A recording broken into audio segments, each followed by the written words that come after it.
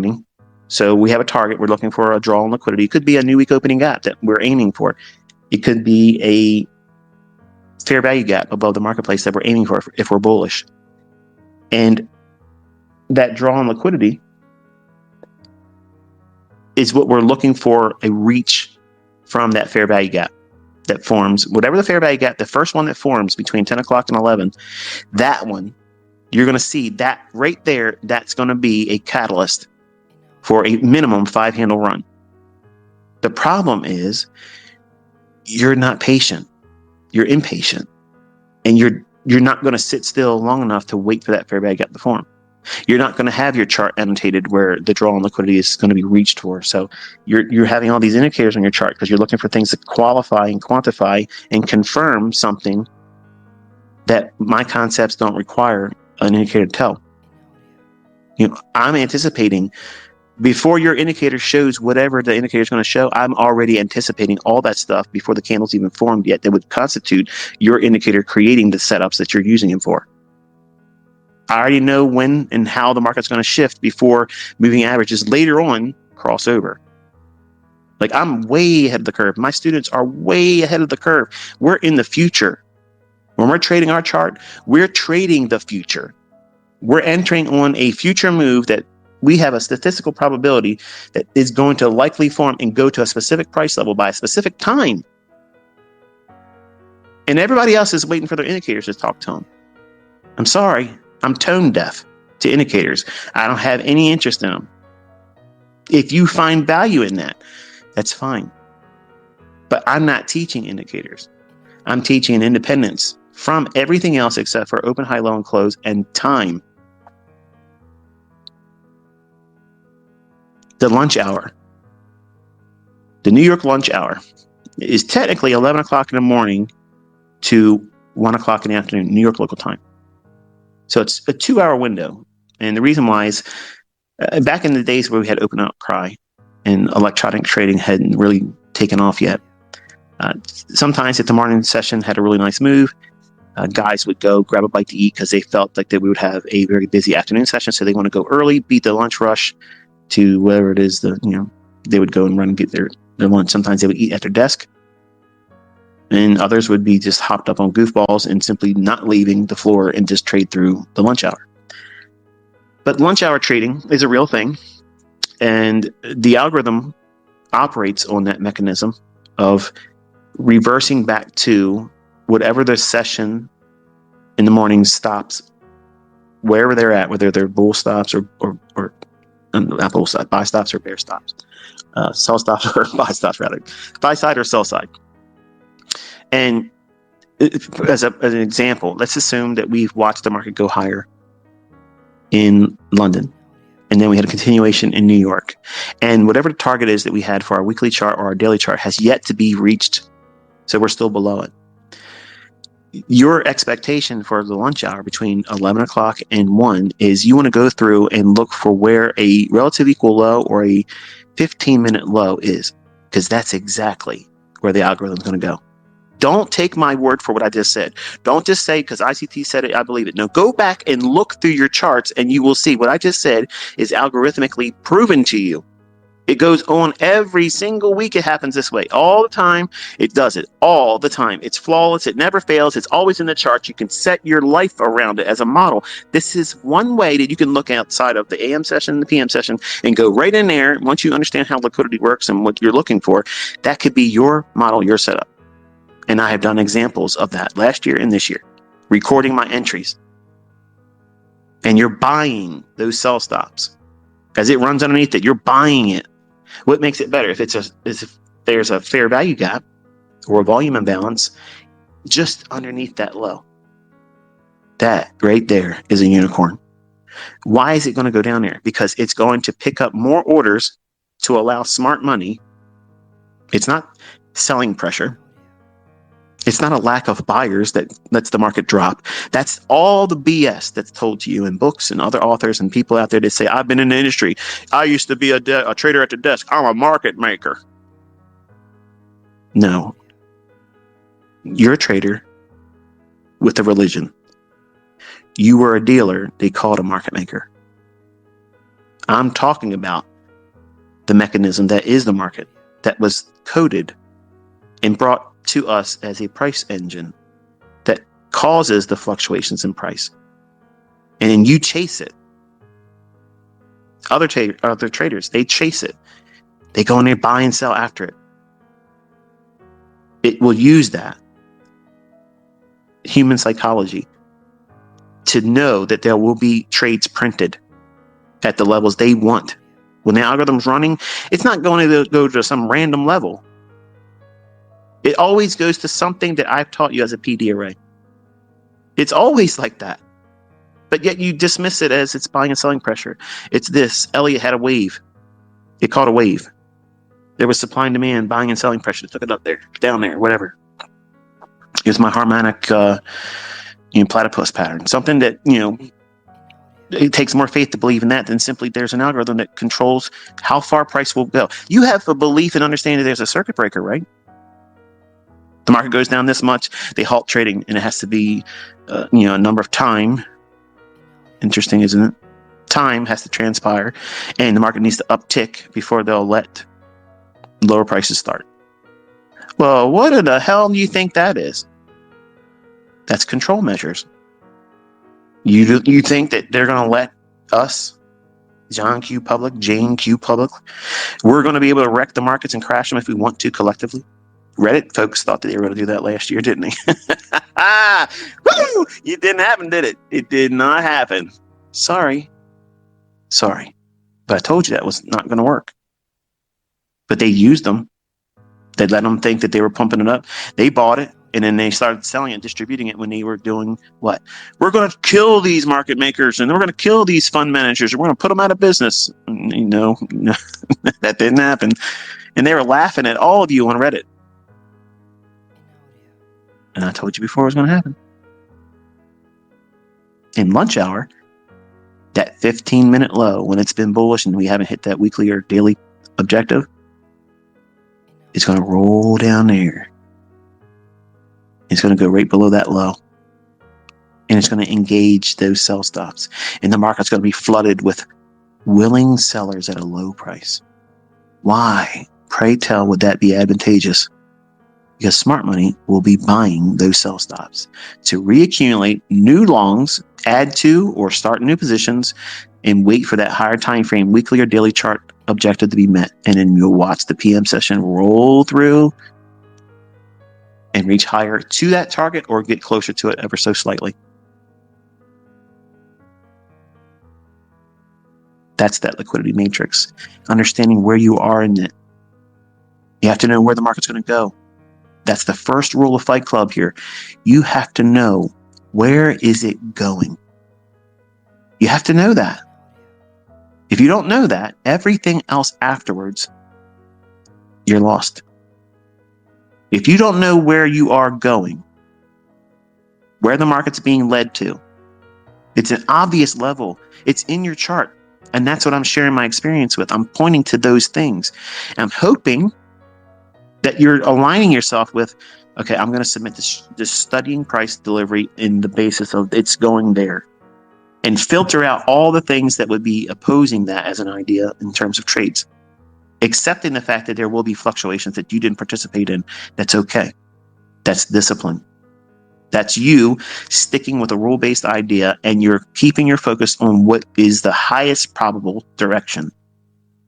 The market goes up and down, folks. Up and down, up and down. But where it's going to ultimately, once it gets there, then you can look back and say, wow, yeah, I can see how it was obvious there. But I'm teaching you how to see the obvious real time. It's not easy for some of you. Others, it is.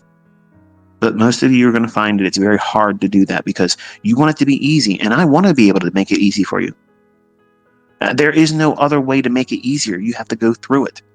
You have to condition yourself. You have to look for it to repeat over and over again within specific times of the day. So between 11 o'clock and 1 o'clock in New York local time, you're looking for a run on stops. What stops? The stops that have not been hit, and punishing those individuals that may have trailed their stop loss up below an old low or down below an old high. If you're bullish and it's been going up, a 15-minute low Underneath that, that's sell stops. It's going to run down there, take those, and then you're going to see it trade higher. Even if it fails and just goes to a higher high and never continues after that, that's still tradable. But some of you would think that that's a failure. It didn't keep going up to my target on a higher time frame chart, ICT, so that's a failure. Wrong. Could you get 5 handles out of it? And did you take 5 handles? That's how you start. That's how you build yourself up. That's how you grow. And eventually you do that enough and you start seeing setups that you know you've been here before. Yeah, I can get my 5, but let me take 5 off with half the position and leave a runner. And then you graduate to becoming a 10 handle trader. And you do the same thing for a little while. Let that build up. And then you start seeing, this looks like it's one of those setups that gives me a 25, 30 handle run. Let me take off half at 10 and then leave a runner on. And then you start growing into being a 25 or 30 handle trader. But you just can't make a decision cold turkey one day and say, you know what?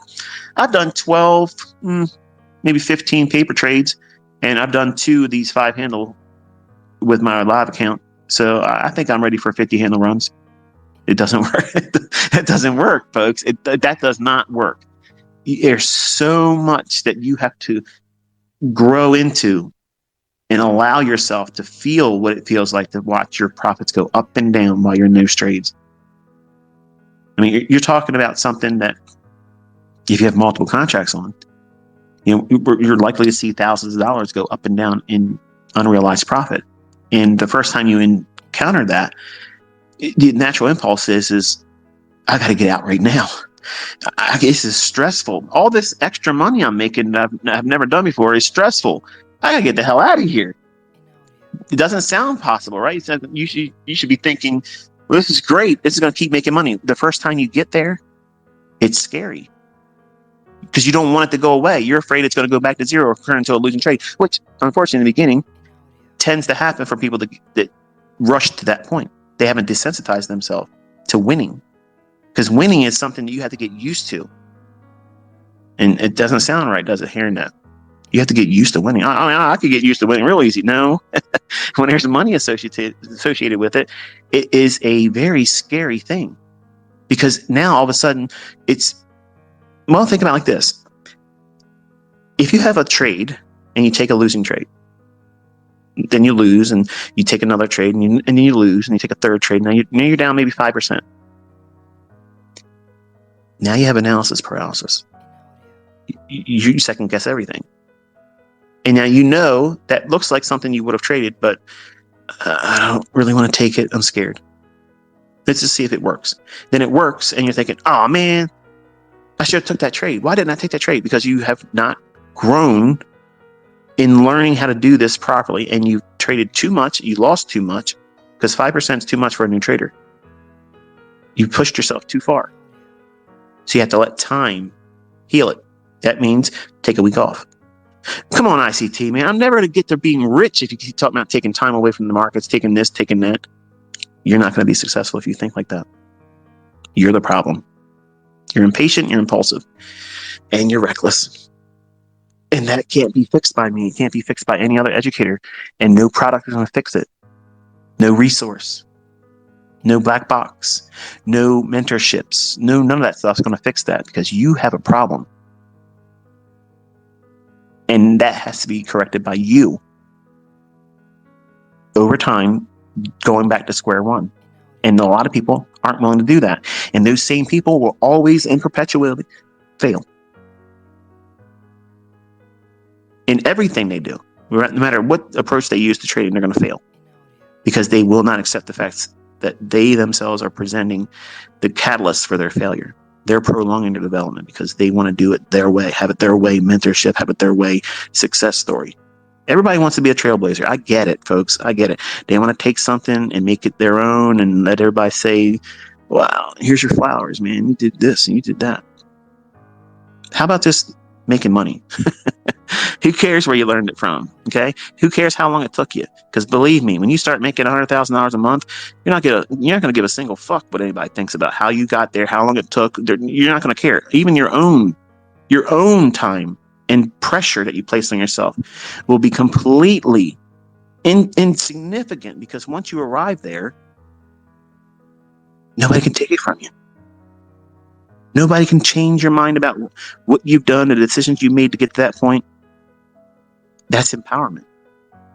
All of you can get there, but all of you are the biggest roadblock. You're the barrier. You are. Time is going to be the same for every one of us, but you make it require more time because of the things and decisions and all the factors that you bring into it. Your toxic thinking, your doubts, you're trying to keep up with everybody else. You're trying to measure up to this one, trying to measure up to that one, instead of just simply thanking the folks that are making it available to you and using the advice and the conceptual ideas the proper way, not trying to reinvent the wheel.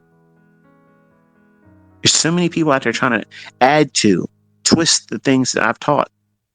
And that's not what you're supposed to be doing. You have no idea what they're rooted on. You don't know what the logic is behind it. Remember, I had to take what is really out there that you'll never get your hands on. I had to create a language around it. So that way you can see it in a chart when it looks like this. But there's many times the things that create a breaker, you won't see that idea in the chart, but the same thing's happening. What? Yep. Dark pools. Another Twitter space for another time. So silver bullets, you have a fair value gap set up that's very specific in that 60-minute chart or 60-minute time window. 1 hour. At 10 o'clock to 11 o'clock, you have the lunch hour that runs on stops. Whoever's been making money, that's what it's going to do. It's going to run down there. Even if it reverses in the lunch hour, that's still a trade also. If you can anticipate that drop down, say the market's been going up, London session, New York session, now you're entering at 11 o'clock to 1 o'clock an hour. You can sell short a 1 minute 2022 model and aim for that 15-minute low. What? Yes. Yes, Virginia. Yes, you can do that. That is a model in and of itself. What's wrong with it? Nothing. It might not fit your appetite. It might not feel like it's something for you. But honey, it pays. It pays the bills. It makes ends meet. And guess what? Car notes get paid with it. Rent gets paid with it. Mortgage payments get paid with it. Vacations get paid with it. Wardrobes get paid with it.